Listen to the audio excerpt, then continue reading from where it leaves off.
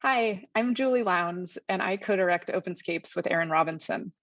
I just briefly want to share a little bit about how we do open science and how we collaborate across different open source technologies in order to help researchers practice more open science. So I want to screen share about a project with our NASA Openscapes mentors who are creating teaching materials in order to help support researchers as they migrate their workflows to the cloud. So I'm going to screen share briefly and show you this Jupyter notebook, which is running in a Jupyter Hub on the cloud. So this notebook is a really great teaching resource. You can see there's text and illustration here in the document, along with lots of code that you're able to execute here in the cloud.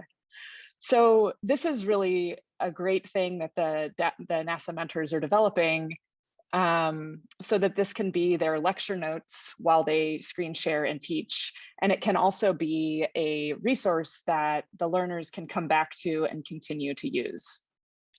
When we teach, we actually like to live code, which means that we'd actually like all of these all the code to be removed so that the teacher can type this code while the learners are typing as well. So that means we really want a copy of this notebook after it's developed but to have that copy have no code in it and be blank. So this is something we wanted to do not only with this one notebook, but with all of the notebooks that the NASA DAC mentors are creating for their hackathon that's happening next week. So I wanted to come up with a way to not only clear the cells within a notebook, but to automate that so that it could do it to every single notebook we had, and it could be rerun as folks are iterating their notebooks. So I posed this question on Twitter, and I asked folks in the R community if someone had already automated how they could clear the cells, and I provided one example. I provided screenshots of what I was looking for. And this was really exciting because a few minutes later, another R community member, Jacqueline Nollis, shared that she had done the same thing. She shared her screenshots of the before and after like I had and provided code to do so. So I looked at Jacqueline's code. She has 3 lines of code that first reads a file in, replaces it with some pattern, and then writes out another copy of that file. So that's exactly what I wanted.